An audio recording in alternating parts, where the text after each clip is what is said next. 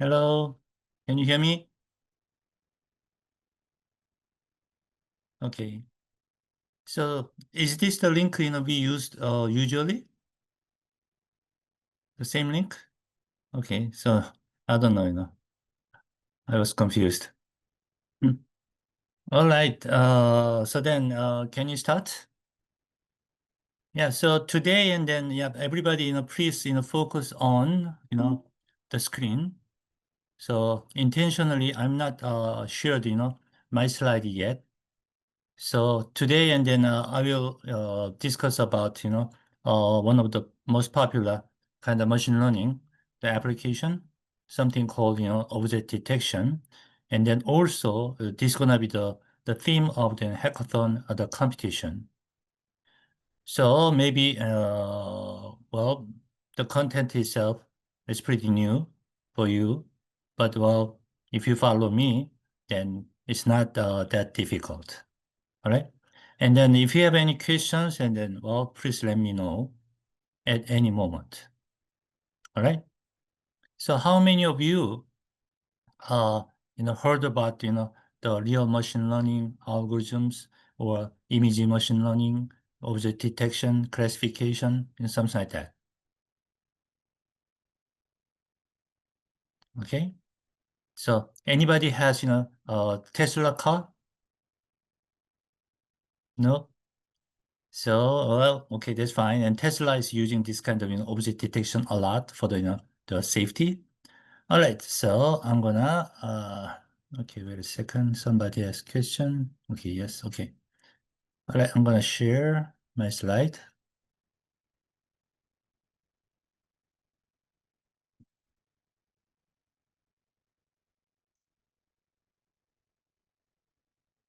Okay, can you see the slide? Is a presentation mode? All right. All right, so this is called Introduction to Object Detection and, some kind of sample code. That is the load damage detection. So first, and then yeah, we need to understand, what is the machine learning. So even though you don't know what exactly the machine learning is, and then I think everybody, heard about the word machine learning.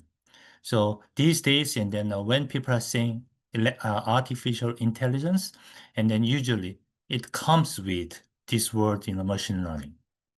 So machine learning is a really important concept in modern computing. So, well, we say that it's a kind of complete, paradigm changes in computer science. So let's see. Okay, before, yeah, before maybe discussing about the machine learning. So let's think about, how you're making some kind of programs these days.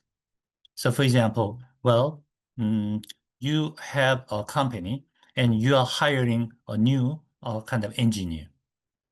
Then how can you decide the salary of your new employees? So what is the current way to decide in the salary? So I don't know the details, but well, basically each company, they have their own rules, right? To decide the salary. So for example, depending on the skill level and then depending on the years of experience and depending on the degrees, right? And depending on some kind of past, yeah, the and the experience in the company, something like that, right? And based on that, and what the company gonna make some kind of rules, maybe formulas, equations, and then using those rules, and then well, we are making the salary. We are deciding the salary, right? So lots of the human decision, it is like that these days. And then if you are writing a payroll system using programming, and you need to understand those rules, right? And you need to implement those rules using computer. So when you have some new employee, and then you're providing lots of input, and then the program is deciding the salary level based on the rule, predefined rule, right? Yeah, but well, that is good for some known problems, right? But what if you have some small company, and then maybe you don't know, your rule is really good or not. All right. Or yeah, it's a startup company, and then you don't have any experience. So you don't know much about how to make a rule. I mean, the good rule. All right. So these days in the machine learning means, yeah, even though you don't know the rule, as long as you have some past data about what kind of engineers are being paid in the field. All right. Then using that kind of data, and then while using these machine learning algorithms, literally, you are not learning the rule. Human beings are not learning the rule. The computers, they are learning the rule and then extract the rule and then implement the rule and then generate the program. So what's the difference?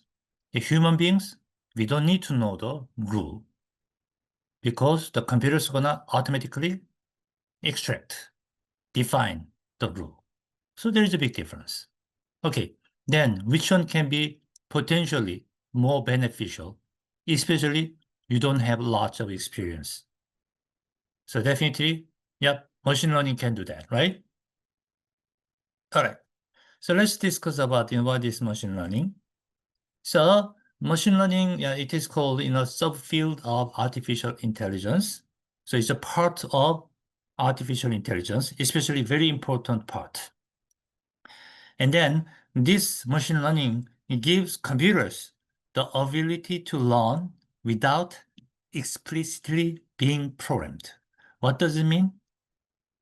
By a human being using some kind of rule, and then we are making program. Without that, and then the computer gonna learn from data, from past experience. Yep, in AI, and then the data should be interpreted as a kind of history of anything.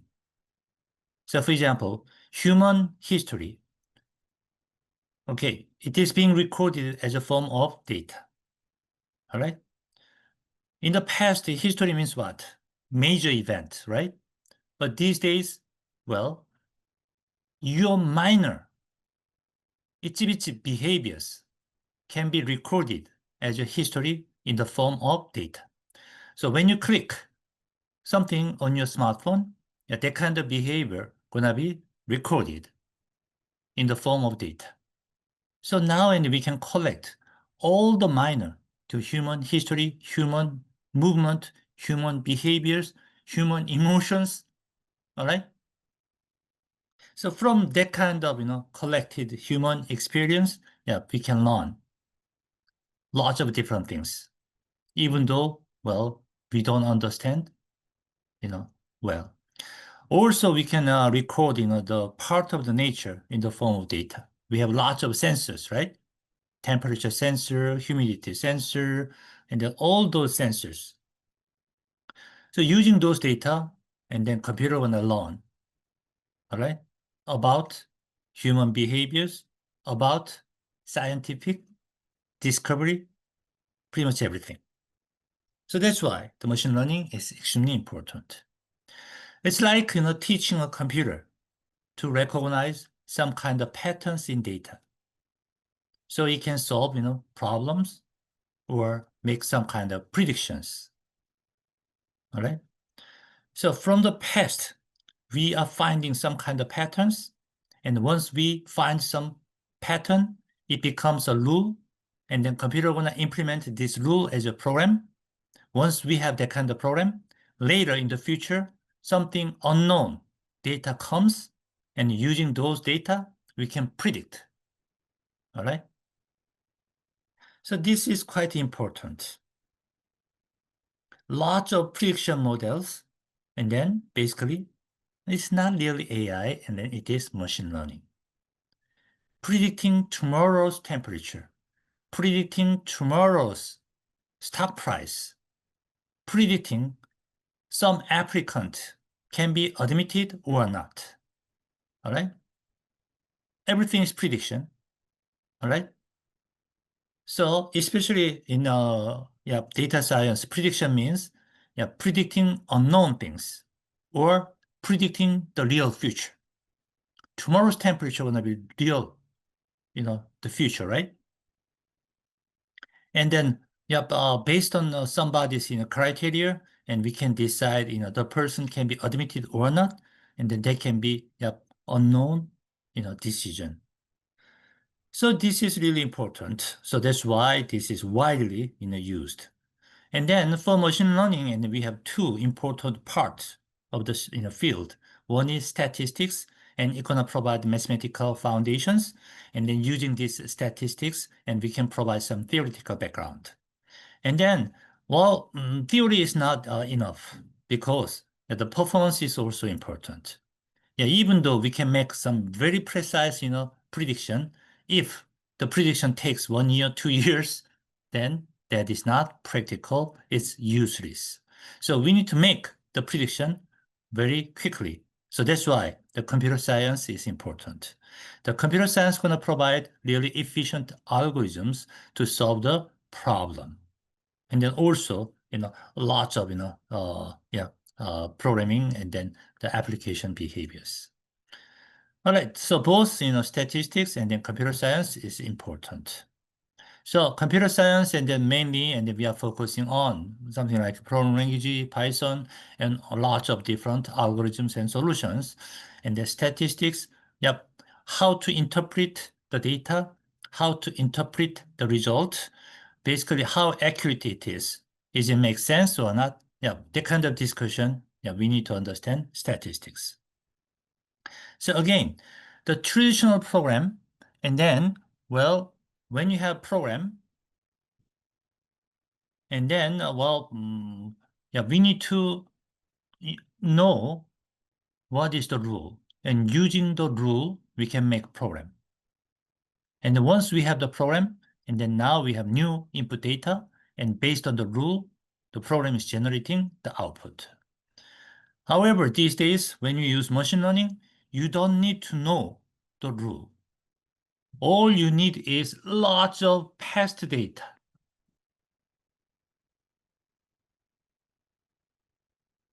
Of course, past data, which is supervised by human experts. All right? So that should be correct data. So for example, well, when you're teaching the computer about some kind of pattern like apple and orange, then we need to prepare lots of images with correct labels. Apple, orange, something like that. And then from those data, using machine learning algorithms, and we are generating the program. And then later, when you have new data set, and then this program gonna make the prediction. So machine learning, and then we are generating the program itself, and then this program can work like the program developed by human being. All right? How to use the program is the same thing. All right? We have input data, and the program gonna generate the output data. But in the traditional way, human beings are making the program, and then machine learning approach, yeah, the computers are making the program. So in the past, and then the most important thing in making programs, yeah, we need to know how to, all right, know how. And then now, and then in machine learning era, all we need is good representation of past experience in the form of data. And then we can learn how to. So something like this, one example is, yeah, from images, and then we want to classify what is the object. Let's assume that we have two different objects in the images. One is apple and one is banana. And then, to create, the program which can classify this kind of object, it is called classifier. That is the target, the program. And then, all we need to is just prepare lots of real images of apples and bananas. And we need to provide the correct label. Using this correct label, the computer is going to learn, oh, this kind of shape, yep, it is called apple. All right? When the computer is learning from image, and then it's going to represent this kind of object in computer's own way, something called features. Sometimes it use colors, all right? Sometimes it use overall shape. Sometimes it use the outlines. Computer has different ways to understand the visual object, all right? No matter what it is, just assume that by all means, yep, the computer gonna learn the shape of apple. And then using this, yep, using machine learning algorithms, we create the program. So now the program is called in a model or predictor. And then this one is like human generate program, all right? So then using this one, okay, when you have new image, but this one is unknown. This one does not have any label.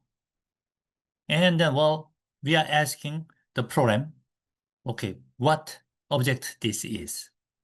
Then this model gonna again try to extract the features and comparing to the features the program learned from the past data, and it's gonna make the decision. So it says, okay, this is apple. So for this example, probably, and then when this program is learning about the object, it may focus on the color and then overall shape. So round shape, no, not the color, but overall shape. So round thing is apple, and the long object, elongated object is banana. So that's why, okay, this one received some kind of round object, it make a decision. Okay, this is close to apple, so it predict, okay, this object is an apple. And you have to remember that not always 100% correct. So if this model is learning based on the colors, then probably the result gonna be different. Maybe the result can be banana, because in the past images there is no yellow apple, right? All the yellow things are bananas. All right. So, well, even human beings, sometimes we are making mistake, right? The same thing, machine learning program, all right, that is not always 100% correct. Sometimes it's not correct, right? But that's okay.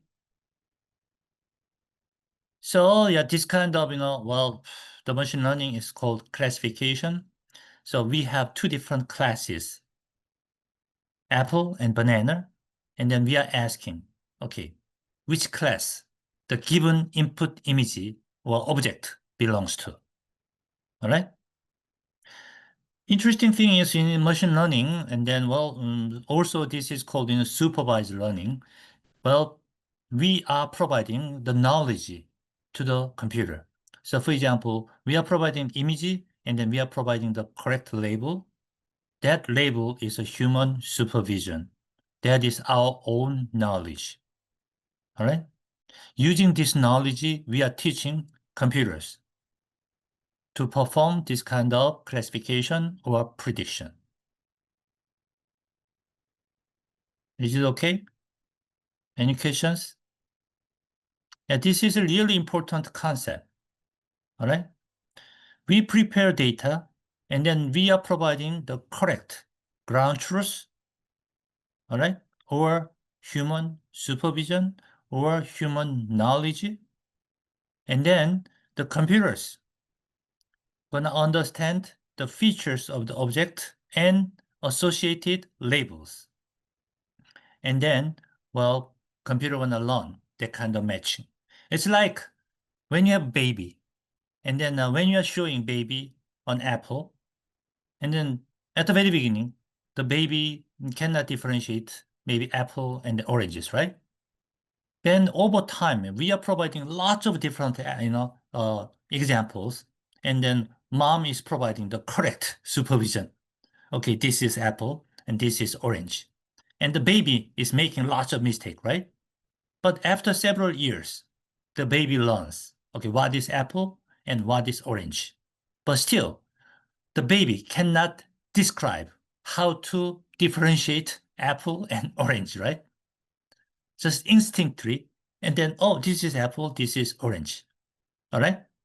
It's the same thing. So then what is the object detection? Object detection is basically the computer vision task that identifies objects in an image and then locate them with bounding box. So, well, in an image, and then we want to find apple. Then we need to find the apple as a part of image. And then we just correctly make some kind of bounding box about the location of detected object. All right. So, and then usually object detection has kind of two tasks. One is the first we need to know the object itself. All right. And then we also need to know the location. All right. So this is the way AI is seeing the world. So usually, and we say that, okay, AI is like a human being, and then human beings, and then how actually we are learning, we are hearing, we are watching, all right? And we are exercising, copying, all right? So watching the world and then understand the visual world, that is extremely important. And then AI is learning the world using this kind of object detection. So many different objects. So it's something like this. Well, basically, well, the system gonna receive, the image as an input, and then it's gonna analyze the pixel patterns to detect something called features. Yep, you don't need to understand the details. It requires lots of, computer vision knowledge. The basic concept is no matter what, okay, there is some kind of magic way, all right?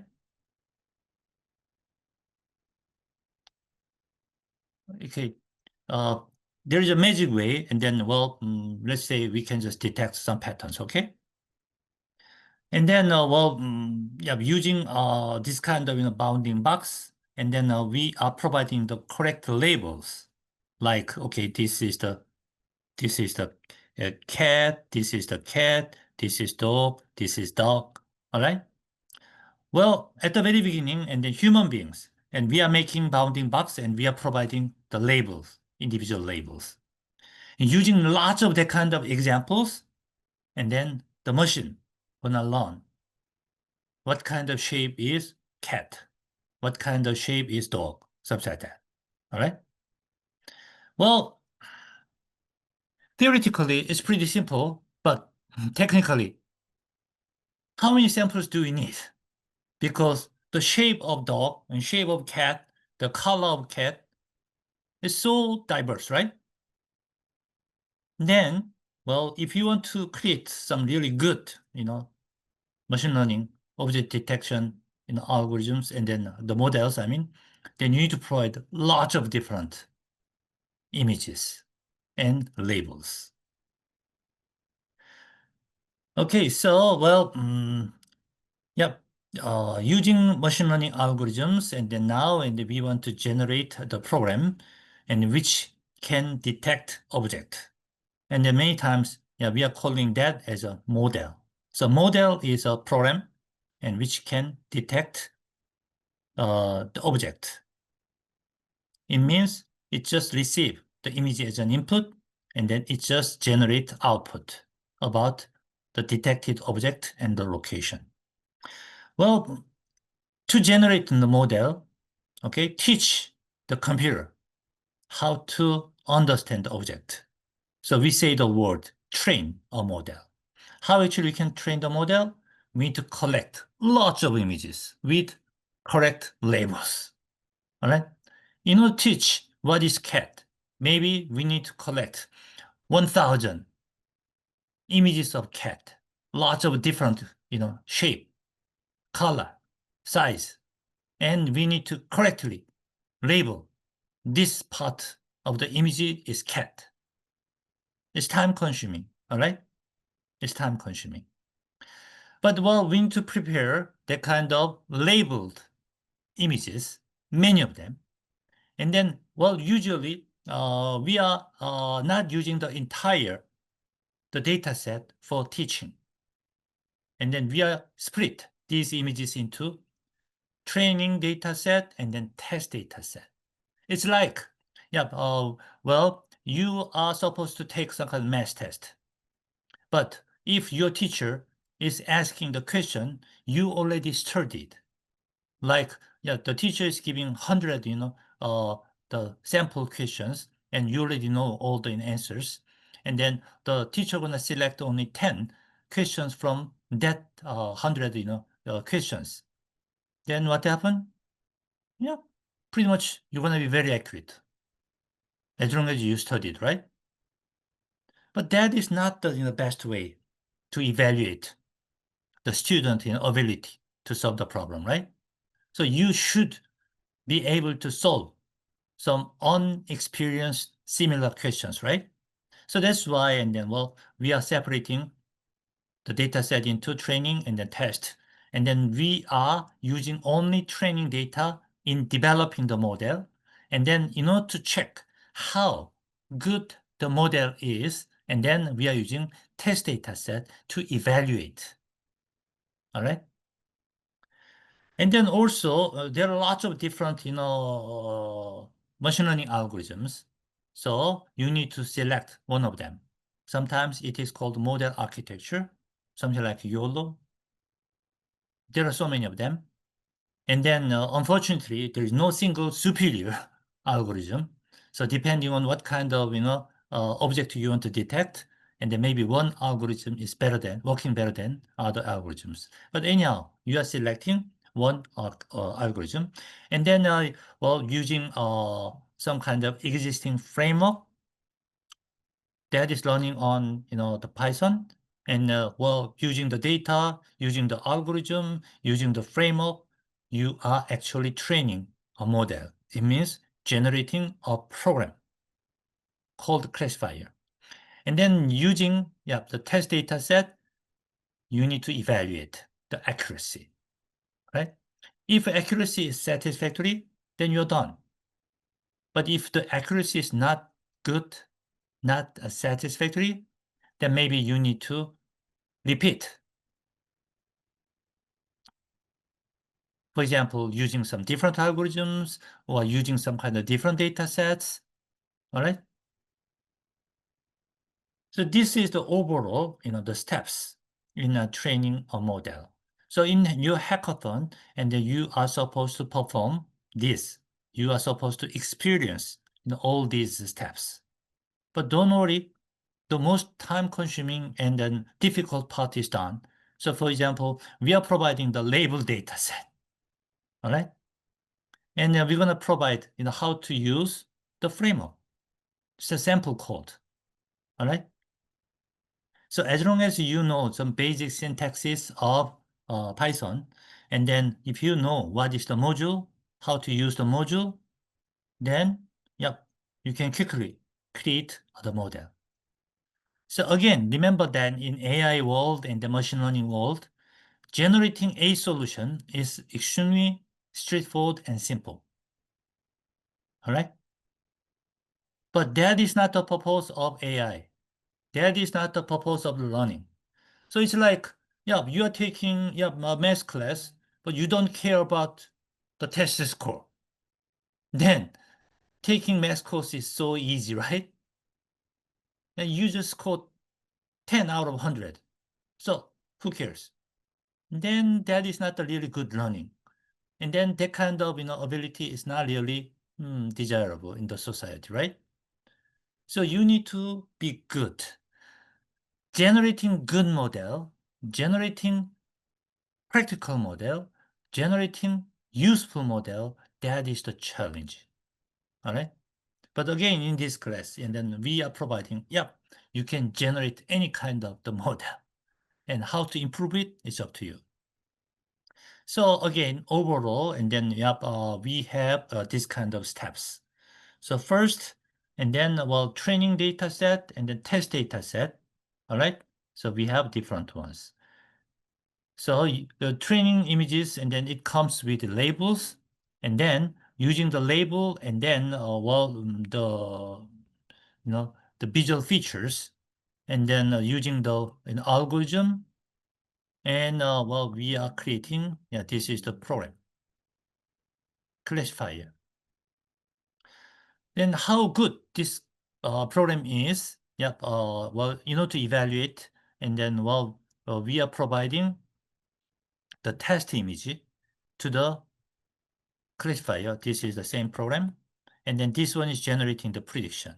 So maybe it says apple. For this image, and then prediction is apple, this is correct. All right. But sometimes, okay, the predictor can say, okay, this is pear. Then this is incorrect, right? So because this one test image already have the label, we can quantify how many images, the prediction is correct, and how many images the prediction is incorrect. All right. So overall, the model is providing some certain accuracy, and then the domain expert think, okay, this is still good, and we can use this program. All right. Any questions so far? All right. Okay, and then, sometimes, and then, we are using image classification. It means, and then, the entire image, and then we are predicting only one class. All right. So like, the number, or, in an image, we have only one interesting object. All right. But, many times, and then, we want to find the multiple object in the same, the image. That is possible. So for example, we have the same image, and the classification means we are asking the question, okay, this image has cat or not? All right, for the entire image. Then that kind of, predictor is called classifier. But the object detection is, we need to pinpoint what part is the exactly object, not the entire image. So as you can see here, this kind of case, we cannot apply some simple classifier here, right? But because we want to detect multiple different objects and then exact location. So this kind of, the predictor, the model is called object detection. So again, in our hackathon, and then we are trying to find some specific pattern called load damage in an image. All right, and there can be multiple load damage in one image. So basically, object detection is a task of assigning a label and the bounding box to all objects in the image. So there are multiple objects, and then we are trying to find what part of the image is what object. So look at this. Then the problem is, how actually we can find this kind of object detection. So usually, and then one way to find all the different the object is, we're gonna divide the one image into small part. So for example, let's say we have this part, and then we are applying the classifier here. We are asking, okay, this image is a cat, or this image is a dog, or this image is a dog or dog. All right. It's a kind of, we are asking three different questions. And the answer is, looks like nothing. So everything says no. All right. And then next time, and then we are taking another part of the image. And then we are asking the same thing. All right. So now part of the image, we consider this as a whole image, and then we are asking, okay, is this cat, dog, or dog? Okay, this case is no. So it means we cannot find the object in this part of the image. But how about this part? All right. And then now when we have, question. Okay, this is cat. Yep, pretty much this is yes. Is it this dog? No. Is it dog? No. Then now we found one object in this part of the image. And then that object is cat. All right? All right. The problem is what? Okay, we don't know how many objects are there, and we don't know the size of the object. All right? Then how actually we can try all these kind of, steps? There are so many of them, right? That is the problem. There are so many of them. How to divide, all right, the image? And how many times, well, we need to apply some classifier. Yeah, theoretically, and then we can following this kind of sliding window approach. So gradually we just consider some part of the images and then we are applying classifier one by one. Surely it's a solution. Theoretically, it can provide a solution, but the problem is what? It's not efficient. All right? It takes too much time, too much computing resources. That is not good. So maybe, and then, well, we need some more efficient, the program approach, I mean. So that's why, and then, well, sometimes, yep, we just analyze the entire image, and then rather than mechanically, and then, well, blindly apply all the possible, the combination of windows, and then based on the analysis, initial analysis, and then we just define some kind of potential part. It is called region proposals, all right? And now and then we don't need to consider sliding window exhaustively, and we can reduce the number of candidate part of the images significantly, so it can learn much, much faster. So as you can see here, yeah, well, if we want to learn this kind of windows in a kind of blind way, there are so many different ways, right? So that is not good. But well, yeah, as you can see here, we try all these things is too much. And then there are many different approaches. So again, we don't know all the different, the algorithms, but basically, yep, at the high level, you need to understand, oh, there can be clever way to consider which part we need to, classify. So reduce the amount of, computing operations. Okay.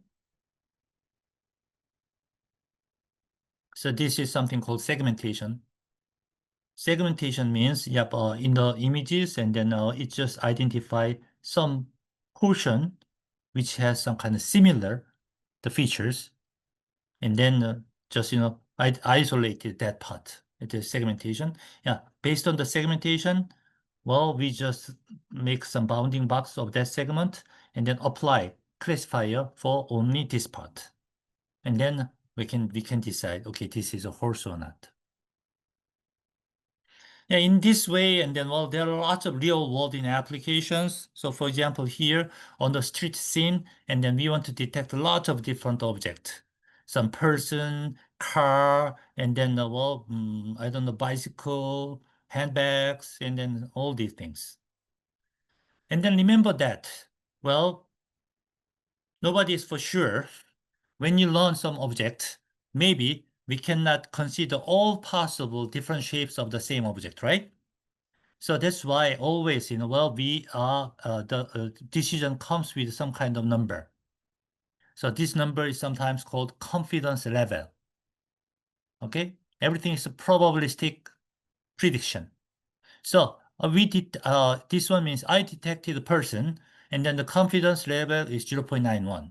So it is pretty confident, right? And another one is, yeah, there is only part of the person head. So, well, the object detector say that, oh, I detect a person, but the confidence is 0.28. All right. In the real application, yep, you have freedom. Well, based on the confidence level, you may accept, the result. All right. When the confidence level is too low, and then you just ignore that. All right. So this kind of street scene is quite complex. So maybe sometimes the confidence level is pretty low. How about this kind of case, satellite images, and then now we want to detect all the airplanes. And then the view is pretty good. You can see the entire shape of airplane, even though the size of airplane is pretty small. And then yeah, the shape of the airplane is so unique. And then pretty much all the confidence is pretty high. So this kind of detection is some kind of easy detection. All right. And of course, there are lots of different approaches. Yeah. So overall process is something like that. Yeah, we want to detect, in a sports game, soccer, and we want to detect person, flag, ball, or nothing. Nothing interesting, right? So as you can see here, and then we can propose some regions, and then we can apply some kind of, what classifier algorithm based on the features that it can predict. Okay, the detected object is person, flag, ball, or nothing. So object detection, yeah, these days, we are using something called deep learning approach. So deep learning approach is simply means, and then when you just provide lots of data, labeled data, and from the data, and then we are extracting the rule. Here, what kind of rule? Object detection rule. All right. And there are so many different, the algorithms. Yeah, we don't need to understand all of this, but basically, yeah, we have two-stage detector or one-stage detector. Two-stage detector is something like this. In the first stage, and then we just want to identify which region we need to consider. So in this example, yeah, we have 1, 2, 3, 4, identify 4 regions, right? And then only these 4 regions we are applying the classifier in the second stage. But one stage detector means, yep, from the very beginning, from the image, we directly predict the object. So two-stage detector, maybe it can generate more accurate the result, but it is more time consuming. Some algorithms and then some applications, yep, the prediction speed is important. Then we need to use one-stage detector. So in two-stage detectors, the fast RCNN algorithm is very famous, popular, and one-stage detectors, YOLO algorithm is quite popular. So pretty much in the hackathon, and maybe you're gonna use this in the YOLO approach. So basically, object detection is pretty good, and then people are using this a lot, but there are also, some issues, and sometimes, yeah, it's not working very well. All right. So, and then, yep, there are pros, cons, and I'm gonna skip this one. Yep. So, yeah, how YOLO is, one stage, approach is working. So as you can see here, when you have one image, and then we have some kind of predefined number of, the grid cell. All right, it's predefined. And then using this grid cell, it just immediately identify the interesting area, and then directly, identify the object. The next question is, all right, generating this kind of model is straightforward. Again, when you show, yep, what's that, the sample code, you're gonna be, surprised because the program itself is really, really, short. All right. And then you can just follow the sample, the code, and you can create your own, object detection, the model quite quickly. But what is the good, important thing? Not generating any predictor. You are supposed to generate good predictor, right? And how do we know what is good and what is bad? So we need to understand the evaluation part and how actually we can evaluate the object detection. So basically, and then, well, to decide the accuracy of the detection, yeah, we need to use the ground truth, the labels, all right? Human beings, and then we just provide the bounding box and the label. Do you remember? All right? If the predictor is the identical box, all right, and the correct labels, then we can say that, oh, that is perfect. It's 100% accurate, right? Or even though it's slightly different, but who cares? We detect the object correctly. Then that is 100% accurate again, right? Because prediction of the object type is more important than the exact location, right? But what if the answer is different, all right? The actual truth is apple, but the prediction is orange. Then that is incorrect, right? So we are using, that kind of things. So look at this. So this is the test images, and we want to detect something. So let's say, okay, we are detecting person, all right? And then we are detecting another person. And then we are making the bounding box. The model is making the bounding box. And then we have another detection. But, well, this time this is completely wrong, right? There is no human being here. Or we can compare this prediction with the ground truth. It means, yep, at the very beginning, when you create a training data set, the people just make the exact bounding box and the label. All right? So this case, well, the ground truth and then, well, the model detected, orange box is pretty close. All right? This one is also pretty close. But this one, what do you think? This is a long prediction. There is no human being. And then this case is another problem. There is a human being, but model fails to detect. All right? So this one and this one, these are two error cases. This one and this one is the correct, the detection. Okay, how actually we can, take which one is the real answer? There are many different, the ways, and then, well, for different the images, the model's prediction and the ground truth, it can be different. So, for example, this box and this box. The result is correct. We detect horse, but the size of bounding box is slightly different. But it doesn't matter. It's a correct detection. How about this one? Okay, ground truth, and then there's another horse. But, well, the model failed to detect this horse, right? So this is wrong.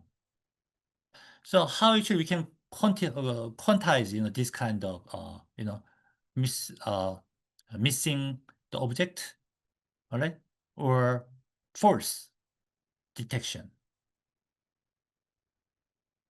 So usually, and then we are using this kind of concept. So we have ground truth box, and we have prediction box. And then we're gonna calculate how much they are overlapping. It's an intersection over union. So ideal situation is what? Perfectly overlap, right? 100%. The worst case is totally different. All right? When the prediction and then ground truth, when they overlap more, that is more accurate detection, right? Only when this IOU is over 50%, and we can just take, okay, that is the prediction. correct prediction. And well, to discuss the accuracy and for classes, and then we have different this kind of discussion. So well, predicted class, yes and no, and then actual class, yes and no, depending on that, and we are saying true positives. It means well, the correct object is predicted correctly. And then true negative means, yep, there is no object, and the model says there's no object. That is the correct, the prediction. The problem is false negatives and false positives.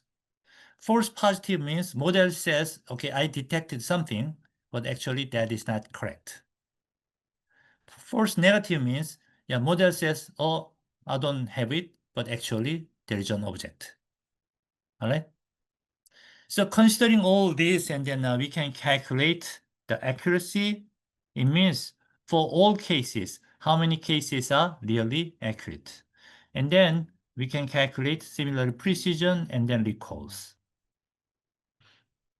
So please check the meaning of precision and recall, because many times accuracy is important, but at the same time, for some different the applications, sometimes recall is more important than precision, or sometimes precision is more important than recall, even though two applications have the same accuracy. So okay, and then yeah, well, just think about it. The recall means all the positive cases, and then how many times we are detecting those positive cases. That is called recall. Precision means, yeah, once the model detects something, and then that detection is correct or not. That is called precision. And depending on the situation, the recall is important. Depending on the situation, the precision is more important. So for example, let's say we have a camera, and then we want to detect a speeding car. All right? And then automatically issue some tickets. All right? All right. So once we detect speeding car, all right, that should be really the speeding car, because we are issuing ticket. If this is wrong, then people are going to sue the government, the police, right? The precision is extremely important. Even though you are missing some speeding car, it means recall can be smaller. That is not the real problem. All right? You are just, well, losing some money, for a city, but there's no real, headache. All right? So in that case, the precision is really important. But how about, for example, corona pandemic, and then you want to detect, the patient. All right. If you are missing one person who has the coronavirus, this person is, moving around. All right. And then lots of people can be infected. So in that case, the recall is quite important. So you just catch as many potential patients, and then the later, but half of them are not actually the actual patient. But it's okay, because you are not missing the real the corona patients. All right. So there are some different applications. All right. So now and then, well, we have case study, and then that is the real code, and then after maybe a short break, 5-minute break, and then we will discuss about the actual the program development. Okay. You have any questions? You should have lots of questions actually. So is it okay to understand what is the machine learning? And then do you understand what we are supposed to do now? Okay. Okay, good. 5-minute break. Mhm.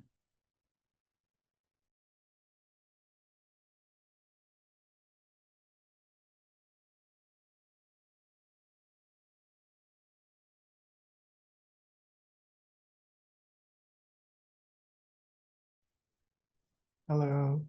Hello. Hi, Jiyoung. Can you hear me? Yep. Fine.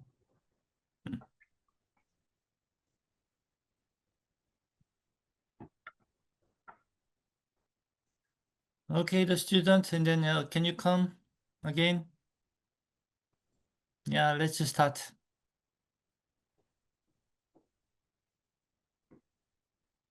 Yes, I said 5-minute break, so maybe they are still,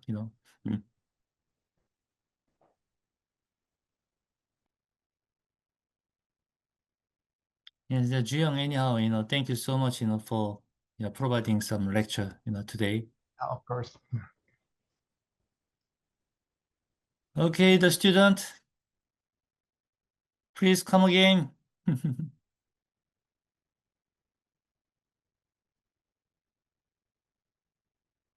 Yes, maybe let's wait. And then so far, and then in the past, 1 hour, and then I taught the basic concept of machine learning and what is object detection. So I explained, the steps of developing the model, like labeling, and then training data set, test data set, applying algorithms. So now and then, you can just show, demonstrate, those steps. I actually I prepare for the object detection things. Yeah, object detection. Briefly, I have a presentation.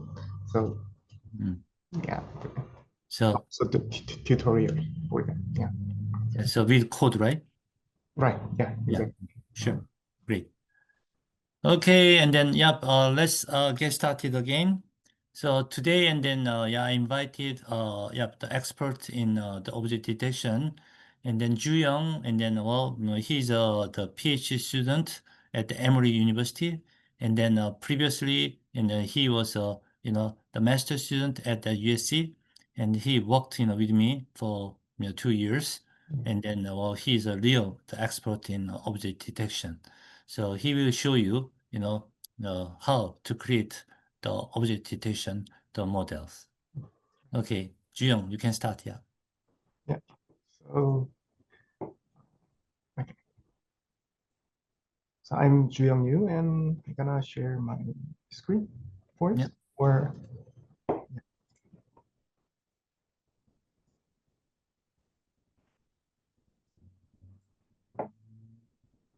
so I made a tutorial using the Colab, which is Wait a second. okay.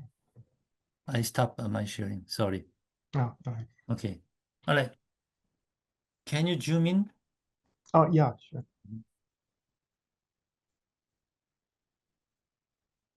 Full screen. Yeah. Okay. Good. So I'm gonna share our code to do some object detection things. So in the chat box, you can Yeah, use. actually, I'm gonna share, this data set and then program with you later. Mhm. Yeah. So I've already have. So I'm gonna start with the presentation.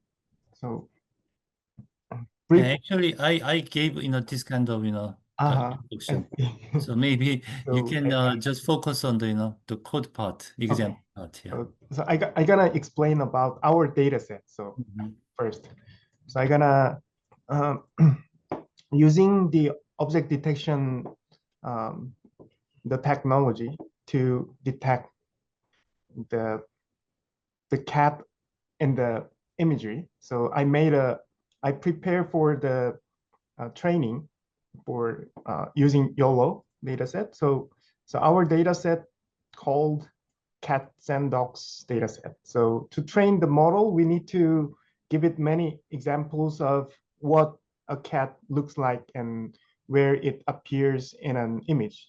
So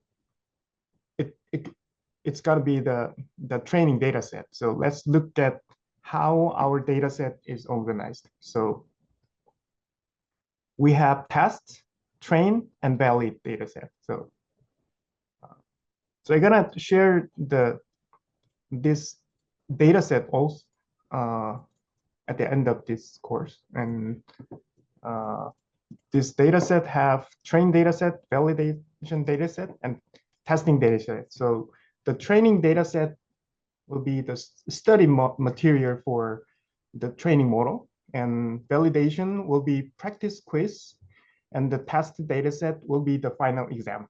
So we have images and labels folder in the test and train and also validation data set. And there's a images folder, and images folder contains the actual cat images, and labels folder has the labelings. Looks like this. So it's like a GPS coordinates that tell there's a cat at this spot in the image. So we have this kind of training data set. And also we have the YAML file, which is telling us the YOLO where to find the images. So the YAML file includes the path of training dataset, validation dataset, and testing dataset images. So, and also the number of classes, class informations. So ANSI will be the class. And we're gonna detect cat in the imagery. So that would be the one. And the class name will be, in our case, just cat. So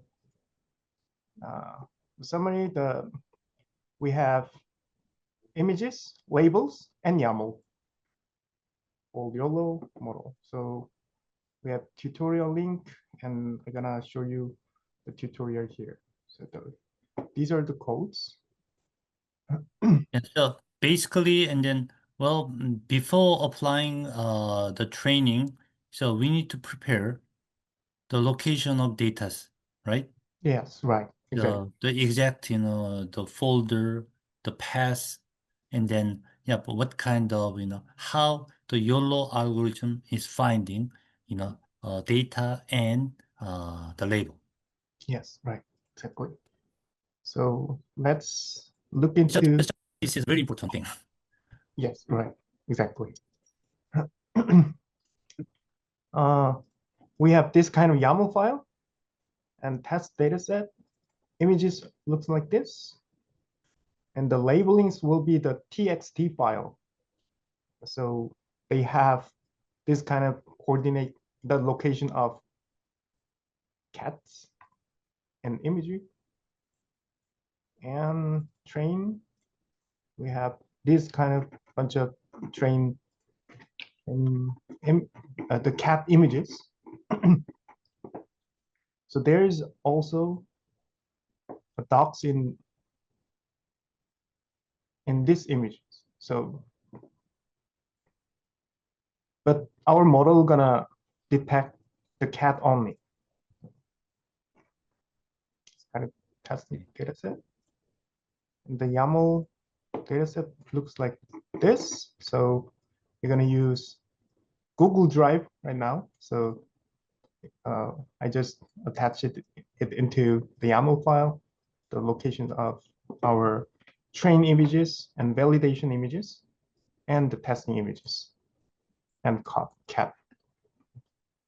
So I'm gonna show you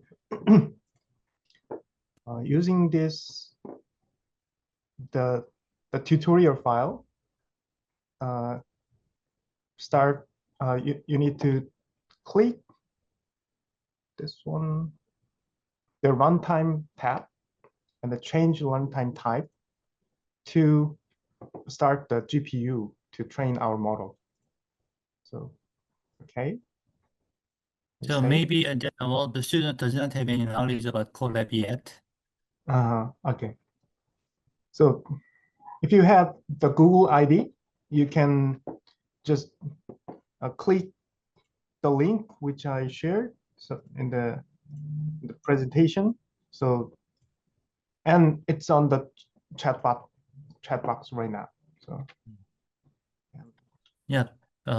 Basically, Colab, well, the Google is providing some kind of, the framework and to perform, this kind of machine learning, the tasks. So, and they're providing some small amount of computing resources for free. And then if you pay, some money, and you can buy some more the computing power. right. And then you can use, something called the GPU. That really famous, the terminology these days. Right? Right. So, and using Colab itself is not that difficult. And then later, when you perform project, we're gonna use the Colab. So Right. the simple task and then the free version is enough, right? Yes, right, exactly. So I prepare for I'm using the Colab with our data set, the cats and dogs data set. So it is suitable for training our model. Mhm. So you might need to click runtime first and change the runtime type. And you can turn on the GPU to train our model and save. And these are, you don't need to think about that, but this Colab machine, and we need to save our data set on our the cloud system, the Google Cloud system. So for free. So maybe you might need to mount the cloud system in this code. So you just need to click this button to connect the Google Drive with Colab. So basically, this one is connecting the Colab and then the Google Drive, your personal Google Drive, right? yes, right, exactly. Because you don't want to move around, lots of data. Yes, right. So continue.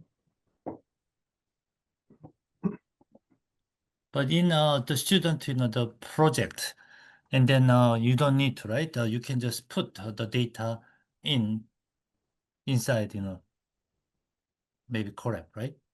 Yes, No? right, but it depends on the data set size. So Yeah. and then you can just click from the top to bottom. Then the machine gonna detect which one is cat and which one is dog, something like this. So to train our model, we just need to click these codes, the play button. I'll just move on to top.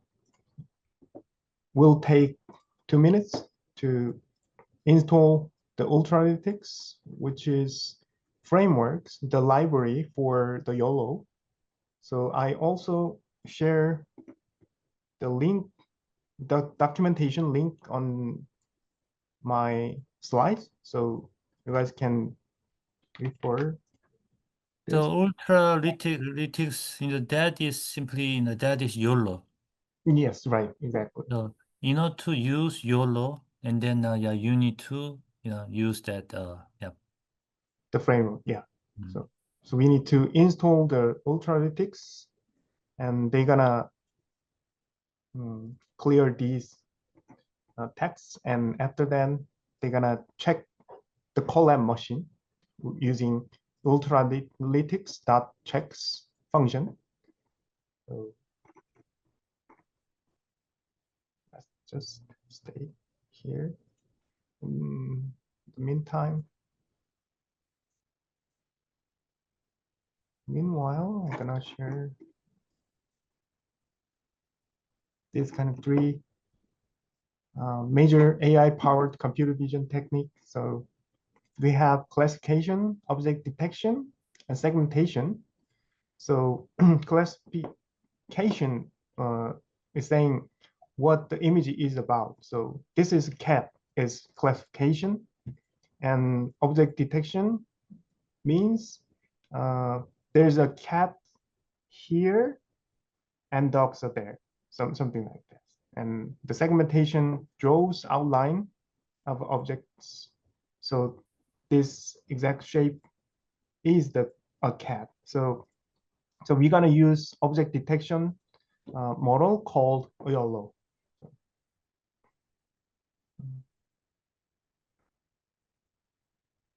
Okay.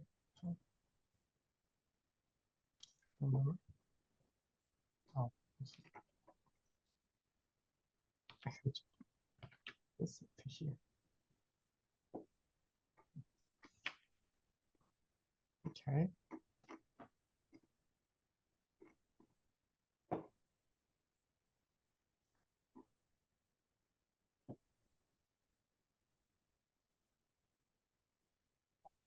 And the setup complete. So we are using this kind of GPU model, Tesla T4, which is looks like this, the GPU machine in the computer, but we are the Colab is supporting us to use this machine for free. So this machine has been attached with this kind of ultralytic checks and also runtime, change runtime, and click on the GPU. So we can use the Tesla 4 GPU model using this code and this tab. So, and another one, these are for our later our codes, but you just need to click the play button here. So it means it is using lots of existing modules. Yes, right, exactly. Okay. So again, the power of Python, and there are lots of existing modules, and then that is a kind of solution, and then developed by others, and the proven ones. So you don't need to program those, and you just to use. Just you need to know how to use them. Yes, right. So I put these modules on my machine using this code, and here is the code which we need to download our dataset on the Google Drive, this one. So this one, the cats and dogs dataset, it's on my computer, but using this code, you can download your Google Drive and the YOLO tutorial folder using this code. So I'm gonna start this code here. Then I can find the what is it? The YOLO tutorial folder here, and the machine download this cats and dogs, the data set here. So using this code, so and also using this code to extract the zip file. After this one, we can refresh it, and we can see this kind of files and this kind of folder structures here. The test data set, train data set, and validation data set here. So they have images here. So you can see this kind of train images. So I'm gonna use this train underscore 01 to 82. So I'm using 82 images to train our model. So using this code to read the YAML file here. So let's click this button to get the locations are properly annotated or not. So you're saying we can check this code to check the YAML file. So train, the location will be like this.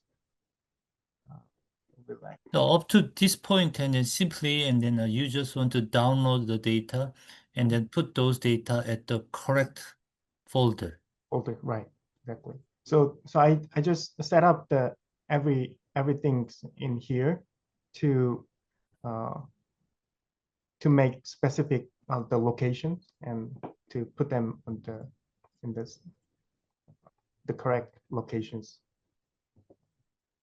our data set. So here, and simply using this model, Ultralytics YOLO, you can train your own model on the customized model.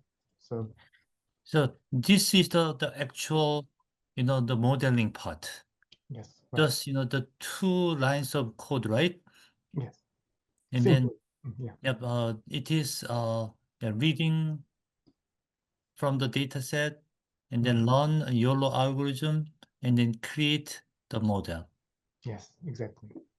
So using this code, the model that train, and the simply this one will be the one line, just one line. So data set, as I said before, the need to locate the YAML file.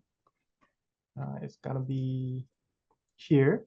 How can he get this YAML file's location? Then you can just simply click this 3 button here and the copy path,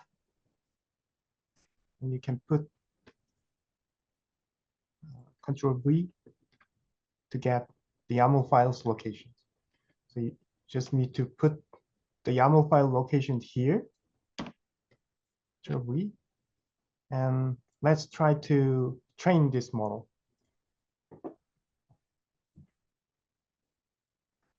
So the Colab machine, you're gonna download the specific model to train our customized model, and they're gonna load everything like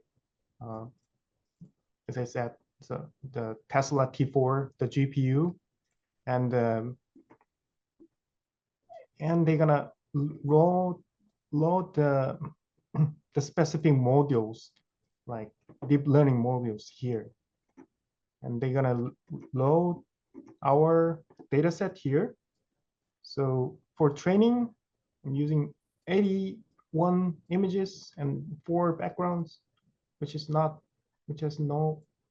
cats on, and 4 images, and for validation, we're using 10 images.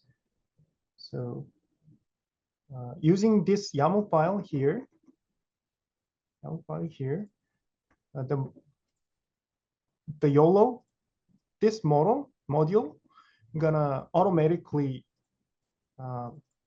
setting the training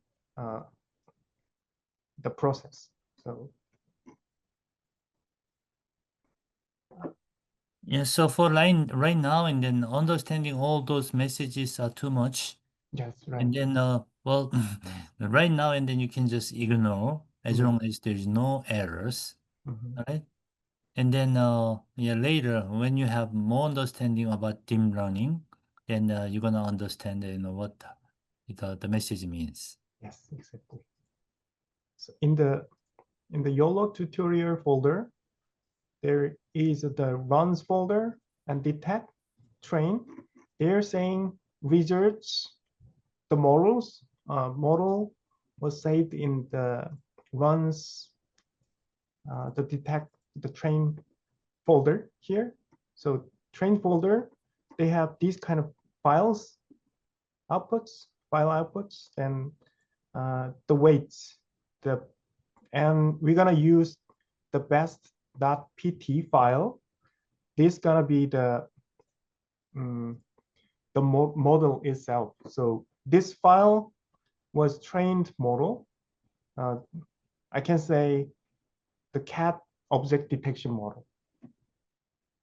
So we're gonna load this the file to predict the images, predict cats on the images. So this one, they don't have any labelings here, but gonna use this the best.pt file to predict the model, to predict the cats in the images. So using these are for validation, but I'm gonna skip this one and I'm gonna run this code to predict the model. So we're gonna load this the model path. So the best path will be in the best model underscore path, the variable here, and I'm gonna reload this variable to load our trained model. So here the runs detects in the weights. So this is gonna be the best model path and the trained cat detection model.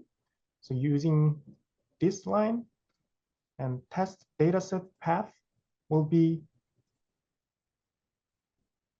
here at the under the cats and dogs dataset. We're gonna use these images.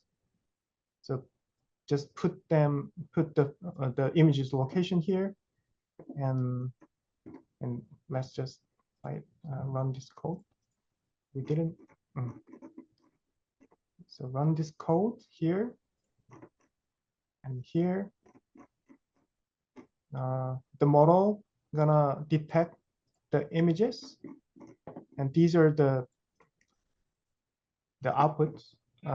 So in this images, so test 2, let's see, test 2, they detect one cat in this image. So these codes gonna show you the preview of the outputs. So these are the outputs of our model, which I just simply trained in the upper side of our code. They already trained the cats well so far, but in here they didn't detect anything in this image and also this image. So to detect this kind of cats, we need much more data. So we need to prepare for. Yeah. So that is a case of false negative case. So model says there's no cat, but actually there's a cat. Right. The one type of an error. Mm-hmm. And here they detect the human as a cat. This one. So this one gonna be the first positive. So using this code, simply you guys can make your own model, customized model yourself. And there's a validation the code here, so you can just click here to see what kind of files in the training output folder. Detect train, and they have this kind of files, but just simply preview these files here, and you can click this code to validate your tested model. So they're gonna show you the metric using the true positive first something like metric, and they're gonna show you the precision record and something kind of another metrics for your the model. So you guys can get these kind of numbers. Mm-hmm. using this code. So that's all for training the customized model using YOLO. This is very simple task, and you guys can try these workflow using the link I shared on the chat box. So that's all for. Yeah, so yeah, just if you look at the code and then yeah, it looks like very complicated and there are lots of things, right? But Right. actually it's not. Yeah. So for example, and then some part is just simply importing the necessary modules. All right. Yeah. So that part and then you can just copy and then just use it. All right. Right. And then many part of the code is just simply, we need to know where's the data. Yes. Right. All right. And then, any kind of, the data science, problems, and then knowing the exact location of data is extremely important. All right. Not just folders, but which file has what kind of information. All right. So again, looks like, it's complicated, but it's not. Anyhow, no matter what, using machine learning or not, and then yeah, knowing the exact location, the full path is extremely important. So Juyong showed lots of manipulation of the location of folders and files, right? But once you know where's the file, and then what kind of the algorithms you know you can use, the actual code is. Yeah, can you show the actual code of the learning, Juyong? Yeah, so this is it actually. So yeah, just it says that okay, I'm gonna use YOLO. Yeah, from Ultralix, the module, and then I'm gonna import YOLO because yeah, you need to get in the YOLO, and then yeah, the model means yeah, YOLO, and then YOLO what 11 and PT. Mhm. That is a different version of YOLO, right? Yes. Right. So there are many different versions of YOLO, then you need to say what version and then you want to use. That is version 11 Nano, right? Right. Exactly. Yeah. So simply and then yeah, you can because version 11 is pretty recent one, Right. and then Nano is the smallest model. Right. So usually smallest model, and then yeah, the computing power requirement is minimum. Mhm. All right. But accuracy may be the lowest. Voice. Not Yeah. necessary, but in general. Mhm. But for learning purpose, and we just select the one model. Okay. Now and then the variable model has YOLO 11 nano. Mhm. And then now using that, and then we are training. So model.train means we are initiating the training steps.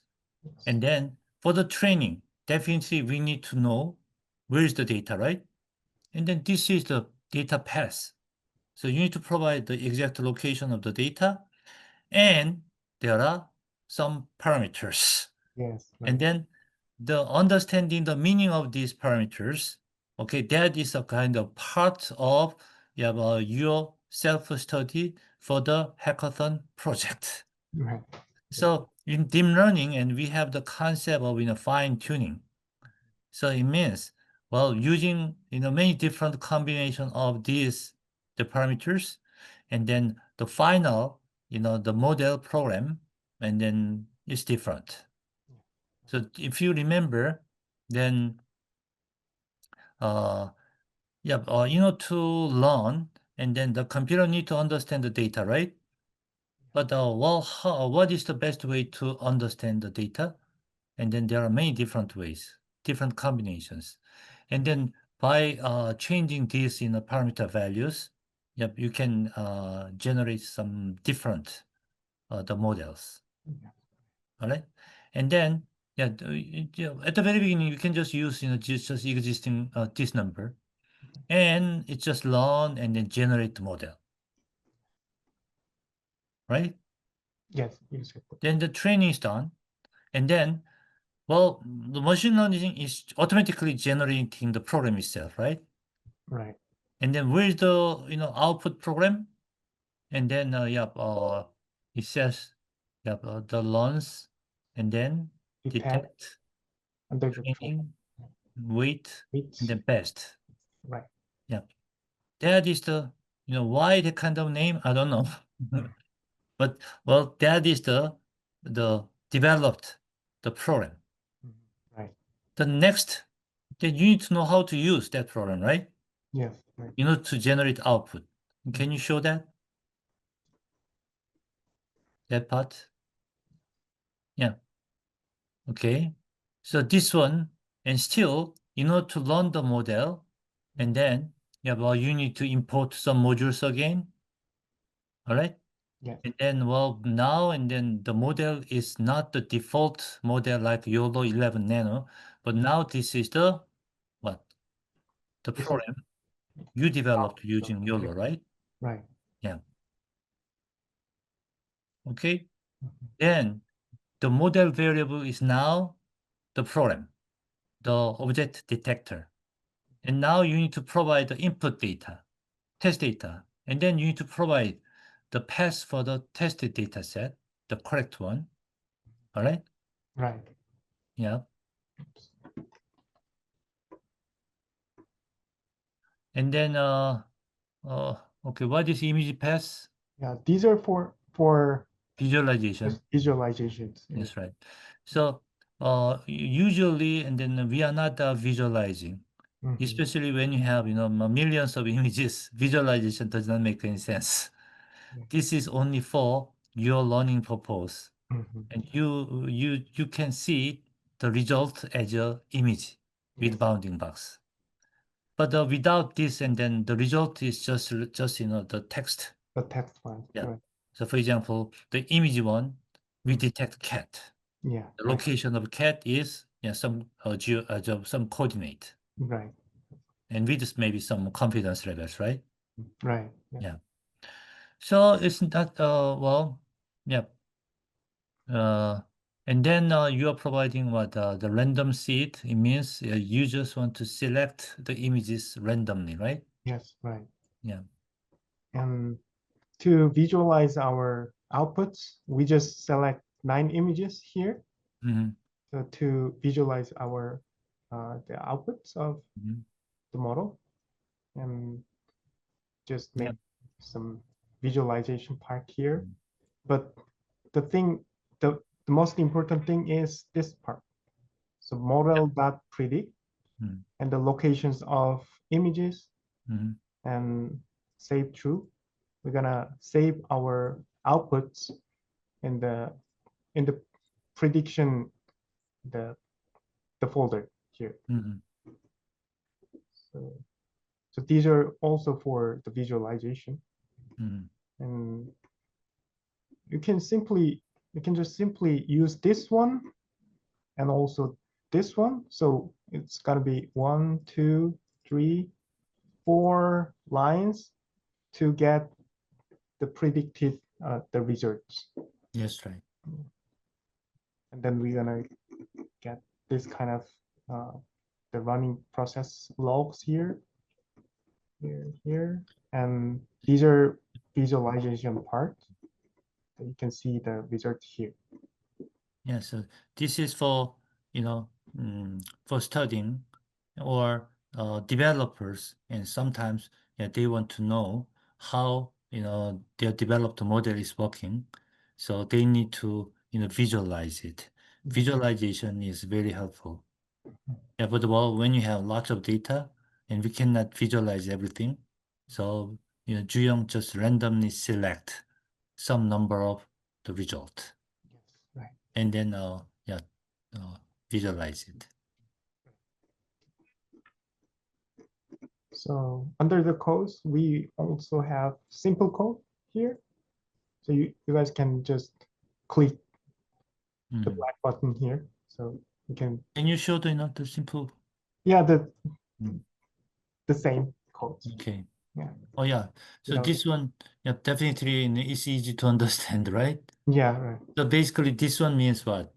Just import the necessary, the modules, right? Right. Then the second part is, yep, you need to identify the location of the files. And then the last one is, yeah, just training. Yeah. Right. Yep. So it's that simple, yep. And then the predict is, yep, the model is already developed. Yes. Now you have the model and how to use it. Yes, right. Cool. So,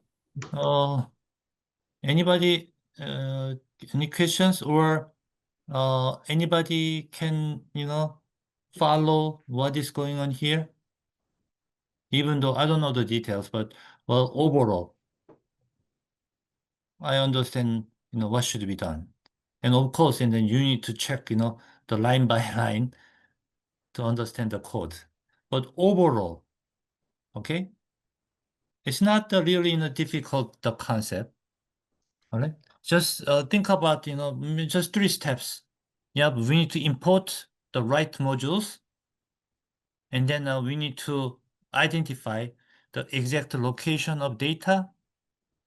All right, and the data has 3 different parts. Training data, test data, and then well, the labels. The labels are in YAML, right? Right.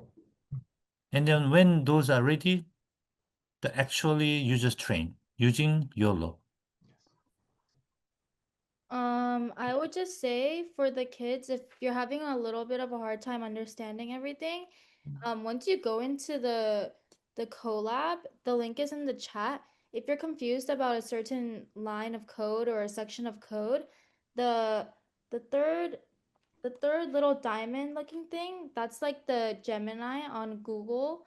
And if you press it, it can explain what's in the code actually and like what part of the code is doing what. So if you're having a little bit of trouble, I would totally use that as your tool. Yeah. Yes. Yeah, you can use this. Yeah. Yeah. Just if things aren't making sense, like this can help you. You don't have to email someone or wait for a response. This will help you right away. So I I would see. utilize that Smart tool. way to yeah. Yeah, so that's a really good point. And then these days, and then, yep, these days, and you need to know how to develop, code, but at the same time, and you need to know how to use, the AI in coding. So one example is this one, and you can at least, get the first-hand explanation of the code. And then maybe still you don't know, and then you can ask, right? And then, well, even asking, you can ask, the AI first, like ChatGPT, Copilot, Gemini, and still you don't understand. Yeah, bring the question and then ask in the class. That's a really good point.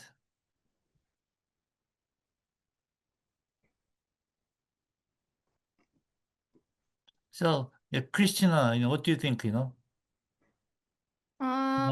I think this presentation was really helpful just because I know the last few classes we've been kind of more focused on like basic Python, and last week we looked at the data science project that we went over. So I think this was really good just so that we're prepared for the hackathon, and Yeah. hopefully everyone signed up for the hackathon. I know it was in the email that we sent out last week, so yeah.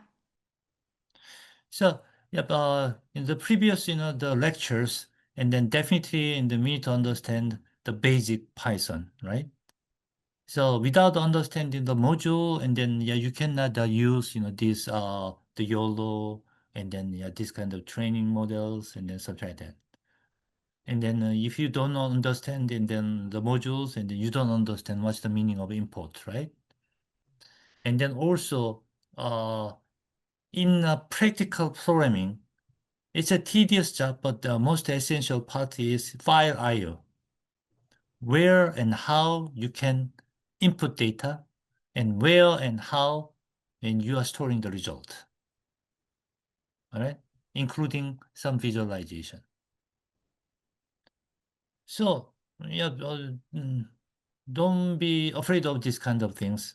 The Yeah, line by line, you just follow it, and you, as long as you have some basic, that concept of machine learning, even though you don't know the details, all right?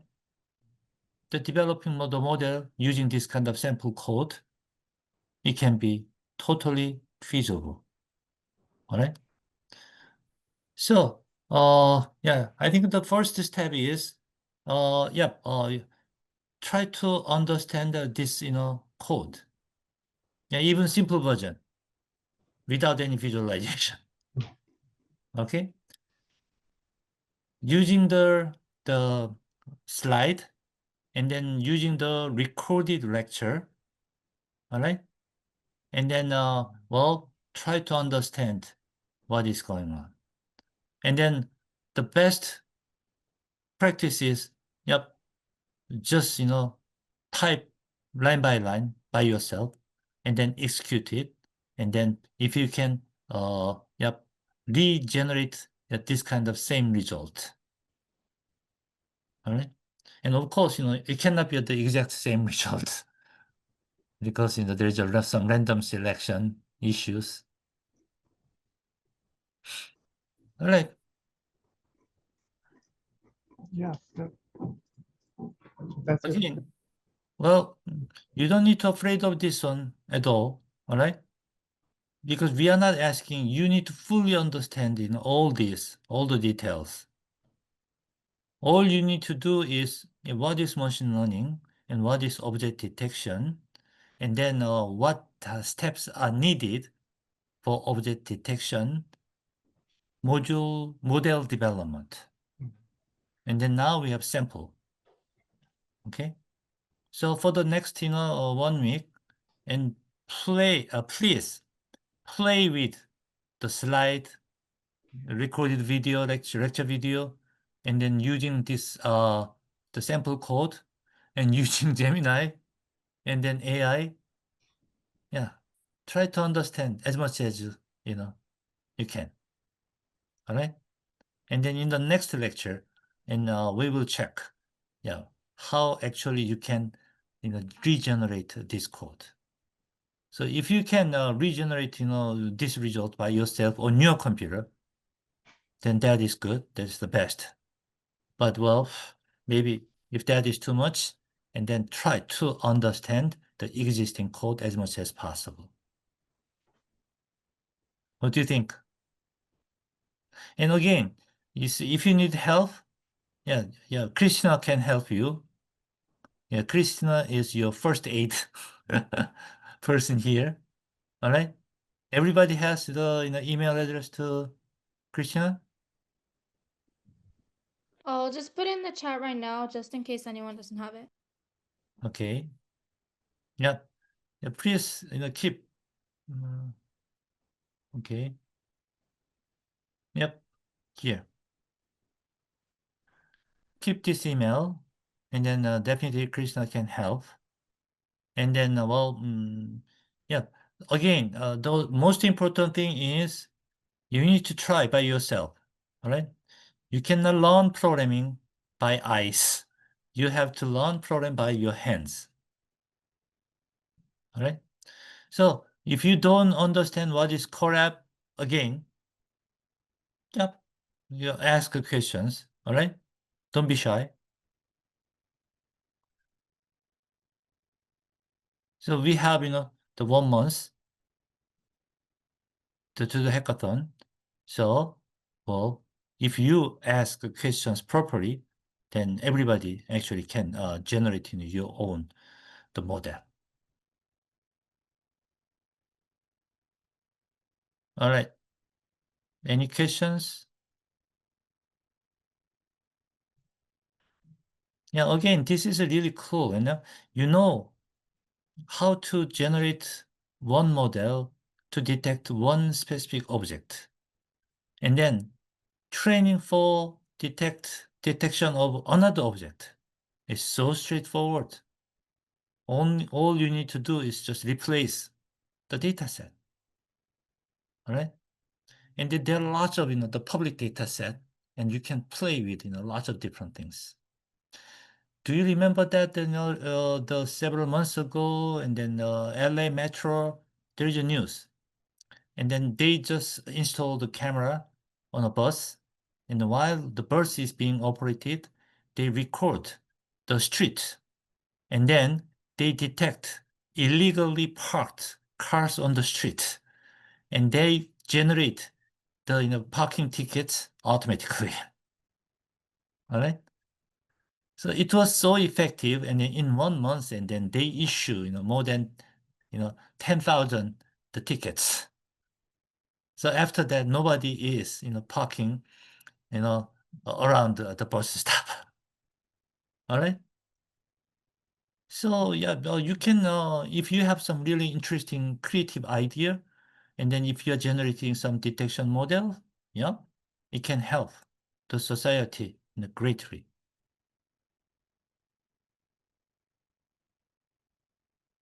All right. Okay, then yeah, last chance. Any question? No questions? All right.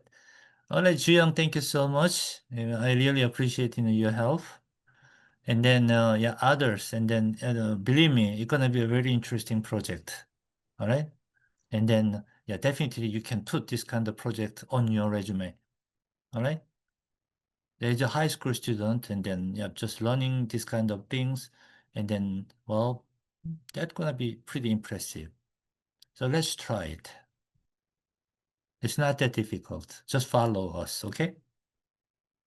Okay, thank you, and then yeah, I'll see you next week. All right, Juyong, thank you. Thank you for listening today. Bye. Thank Bye. you.